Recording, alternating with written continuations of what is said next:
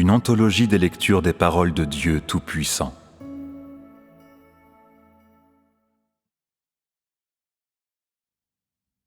Tu dois chercher le chemin de la compatibilité avec le Christ.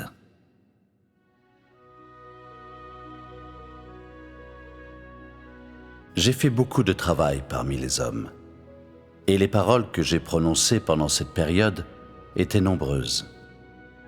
Ces paroles sont pour le salut de l'homme et ont été dites pour que l'homme soit compatible avec moi. Pourtant, je n'ai gagné que quelques personnes sur terre qui sont compatibles avec moi. Et je dis que l'homme n'attache pas du prix à mes paroles, car l'homme n'est pas compatible avec moi. De cette façon, le travail que je fais n'est pas seulement pour que l'homme m'adore, mais plus important encore, c'est pour que l'homme soit compatible avec moi. Les peuples qui ont été corrompus vivent tous dans le piège de Satan. Ils vivent dans la chair, vivent dans des désirs égoïstes. Et il n'y a pas un seul d'entre eux qui est compatible avec moi. Il y en a qui disent qu'ils sont compatibles avec moi, mais qui adorent tous de vagues idoles. Bien qu'ils reconnaissent mon nom comme saint, ils empruntent un chemin qui est opposé au mien. Et leurs paroles sont pleines d'arrogance et de confiance de soi parce que, à la racine, ils sont tous contre moi et incompatibles avec moi. Chaque jour, ils cherchent des traces de moi dans la Bible et trouvent des passages appropriés au hasard, qu'ils lisent sans cesse et qu'ils récitent comme des saintes écritures. Ils ne savent pas comment être compatibles avec moi, ne savent pas ce que cela signifie d'être en inimitié envers moi, et ils lisent simplement les saintes écritures aveuglément. Ils se bornent à définir dans la Bible un Dieu vague qu'ils n'ont jamais vu et qu'ils sont incapables de voir, et le sortent pour le regarder pendant leur temps libre. Ils ne croient en mon existence que dans le cadre de la Bible. Pour eux, je suis comme la Bible. Sans la Bible, je n'existe pas. Et sans moi, il n'y a pas de Bible. Ils ne prêtent aucune attention à mon existence ou à mes actions, mais accordent plutôt une attention soutenue et particulière à chaque mot des Saintes Écritures. Et beaucoup d'entre eux pensent même que je ne devrais pas faire ce que je veux faire, à moins que ce ne soit prédit dans les Saintes Écritures. Ils accordent trop d'importance aux Saintes Écritures. On peut dire qu'ils considèrent que les mots et les expressions sont très importants, au point où ils utilisent les versets de la Bible pour mesurer chaque mot que je dis et pour me condamner. Ils ne recherchent pas la voie de la compatibilité avec moi ou la voie de la compatibilité avec la vérité, mais plutôt la voie de la compatibilité avec les mots de la Bible. Et ils croient que tous ceux qui ne se conforment pas à la Bible n'est pas, sans exception, mon travail. Ces personnes ne sont-elles pas des descendants obéissants des pharisiens? Les pharisiens juifs ont utilisé la loi de Moïse pour condamner Jésus. Ils ne cherchaient pas la compatibilité avec le Jésus de l'époque, mais suivaient avec zèle la loi à la lettre, au point où ils avaient finalement cloué l'innocent Jésus sur la croix, l'ayant accusé de ne pas suivre la loi de l'Ancien Testament et de ne pas être le Messie. Quelle était leur essence? N'était-ce pas qu'ils ne cherchaient pas la voie de la compatibilité avec la vérité? Ils étaient obsédés par chaque mot des Saintes Écritures, tout en ne prêtant aucune attention à ma volonté et aux étapes et méthodes de mon travail. Ce n'étaient pas des gens qui cherchaient la vérité, mais les gens qui ont suivi rigoureusement les paroles des Saintes Écritures. Ce n'étaient pas des gens qui croyaient en Dieu, mais des gens qui croyaient en la Bible. Ils étaient, pour l'essentiel, les chiens de garde de la Bible. Afin de sauvegarder les intérêts de la Bible, de défendre la dignité de la Bible et de protéger la réputation de la Bible, ils sont allés jusqu'à clouer le miséricordieux Jésus sur la croix. Ils l'ont fait simplement pour la défense de la Bible et par un souci de maintenir le statut de chaque mot de la Bible dans le cœur des gens. Donc, ils ont préféré renoncer à leur avenir et aux offrandes expiatoires pour condamner à mort Jésus, qui ne s'était pas conformé à la doctrine des Saintes Écritures. N'étaient-ils pas des laquais de chaque mot des Saintes Écritures? Et qu'en est-il des peuples aujourd'hui? Christ est venu pour répandre la vérité, mais ils ont préféré l'expulser de l'humanité afin de gagner l'entrée au ciel et de recevoir la grâce. Ils ont plutôt préféré nier complètement l'avènement de la vérité afin de sauvegarder les intérêts de la Bible et préféré clouer de nouveau à la croix le Christ devenu chair afin d'assurer l'existence éternelle de la Bible. Comment l'homme peut-il recevoir mon salut quand son cœur est si méchant et sa nature si hostile envers moi? Je vis parmi les hommes, mais l'homme ne connaît pas mon existence. Quand je fais briller ma lumière sur l'homme, il reste néanmoins ignorant de mon existence. Quand je libère ma colère sur l'homme, il nie mon existence avec encore plus de vigueur. L'homme cherche la compatibilité avec les mots, avec la Bible. Pourtant, pas une seule personne ne vient devant moi pour chercher le chemin de la compatibilité avec la vérité. L'homme regarde vers moi dans le ciel et consacre un intérêt particulier à mon existence dans le ciel. Pourtant, personne ne se soucie de moi dans la chair, car moi, qui vis parmi les hommes, je suis simplement trop insignifiant. Ceux qui cherchent seulement la compatibilité avec les mots de la Bible et qui cherchent seulement la compatibilité avec un Dieu vague constituent un spectacle désolant à mes yeux. C'est parce qu'ils adorent des mots creux et un Dieu qui est capable de leur donner des trésors immenses. Ce qu'ils adorent, c'est un Dieu qui se laisse lui-même à la merci de l'homme et qui n'existe pas. Qu'est-ce que de telles personnes peuvent gagner de moi?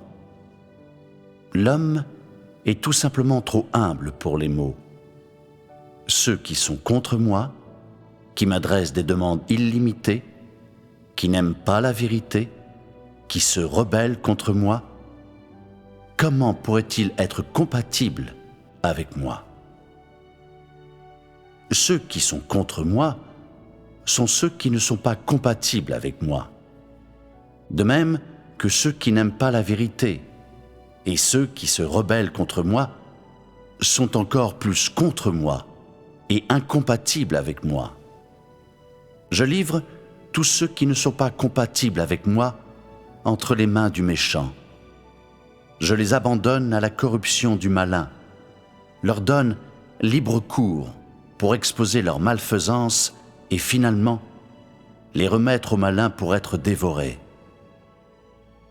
Je ne me soucie pas du nombre de personnes qui m'adorent, c'est-à-dire que je ne me soucie pas du nombre de personnes qui croient en moi. Tout ce qui m'intéresse, c'est le nombre de personnes qui sont compatibles avec moi.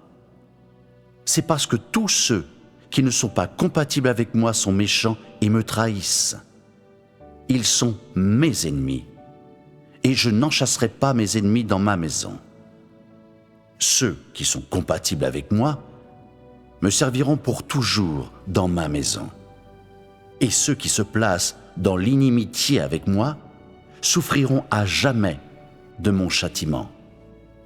Ceux qui ne se soucient que des mots de la Bible, qui sont indifférents à la vérité ou à la recherche de mes pas, ils sont contre moi, car ils me limitent selon la Bible et me confinent à la Bible, et sont donc des blasphémateurs à l'extrême envers moi. Comment de telles personnes pourraient-elles venir devant moi? Elles ne prêtent aucune attention à mes actes, à ma volonté ou à la vérité, mais sont plutôt obsédées par les mots, des mots qui tuent. Comment de telles personnes pourraient-elles être compatibles avec moi? J'ai prononcé tant de paroles, et j'ai également exprimé ma volonté et mon tempérament. Malgré tout ceci, les peuples sont encore incapables de me connaître et de croire en moi. Ou alors, l'on pourrait dire qu'ils sont encore incapables de m'obéir. Ceux qui vivent dans la Bible, ceux qui vivent d'après la loi, ceux qui vivent sur la croix, ceux qui vivent selon la doctrine, ceux qui vivent au sein de l'œuvre que je réalise aujourd'hui, lequel d'entre ceux-là est compatible avec moi? Vous ne pensez qu'à recevoir des bénédictions et des récompenses, et n'avez jamais pensé à la façon d'être compatible avec moi, ou à comment éviter d'être en inimitié envers moi. Je suis tellement déçu par vous, car je vous ai tant donné, mais en retour, je n'ai reçu que très peu de vous. Votre tromperie, votre arrogance, votre cupidité, vos désirs extravagants, votre trahison, votre désobéissance, lequel de ces motifs pourrait échapper à ma sentence? Vous marchandez avec moi, vous me trompez, vous m'insultez, vous me décevez, vous m'extorquez pour des sacrifices. Comment une telle malfaisance pourrait-elle échapper à mon châtiment? Votre malfaisance est la preuve de votre inimitié envers moi, et la preuve de votre incompatibilité avec moi.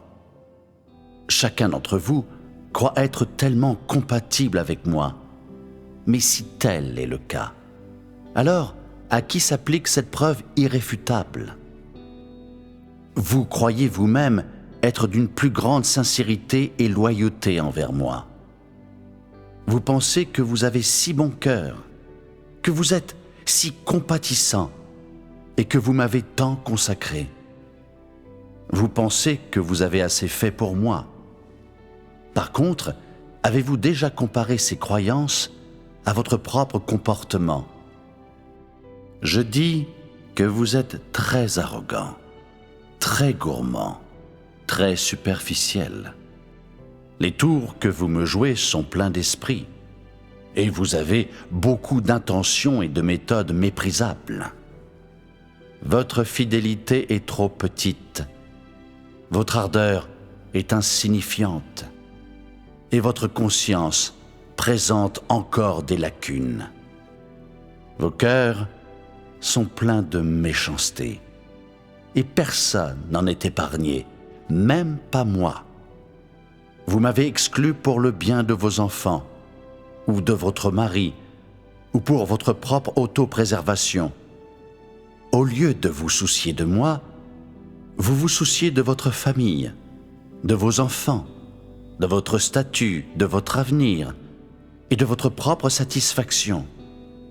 Quand avez-vous déjà pensé à moi dans vos paroles ou dans vos agissements? Lorsque le temps est froid, vos pensées se tournent vers vos enfants, votre mari, votre femme ou vos parents. Lorsque le temps est chaud, je ne suis pas non plus dans vos pensées.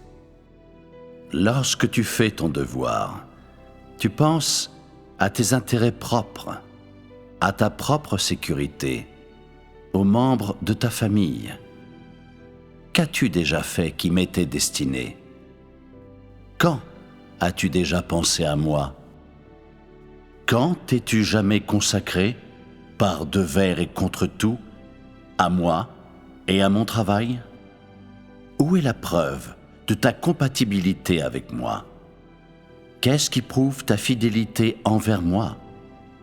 Qu'est-ce qui prouve ton obéissance envers moi? Quand est-ce que tes intentions n'ont-elles pas été dans le but de recevoir mes bénédictions? Vous m'avez déçu et trompé. vous jouez avec la vérité, cachez l'existence de la vérité, trahissez la substance de la vérité, et vous vous placez dans une telle inimitié envers moi.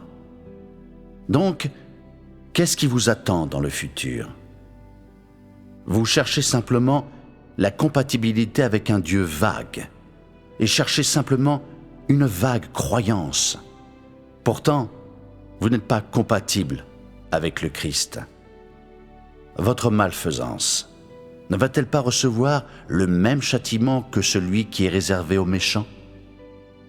En ce temps-là, vous vous rendrez compte que quiconque est incompatible avec le Christ ne peut échapper au jour de la colère. Et vous découvrirez quel genre de punition ceux qui ont de l'inimitié envers le Christ recevront. Quand ce jour arrivera, vos rêves d'être bénis pour votre croyance en Dieu et de gagner l'entrée au ciel seront tous anéantis. Cependant, ceci ne sera pas la part de ceux qui sont compatibles avec le Christ. Bien qu'ils aient beaucoup perdu, bien qu'ils soient passés par beaucoup de difficultés, ils recevront tous l'héritage que je lègue à l'humanité. En fin de compte, vous comprendrez que je suis le Dieu juste et que je suis capable de conduire l'humanité vers une belle destination.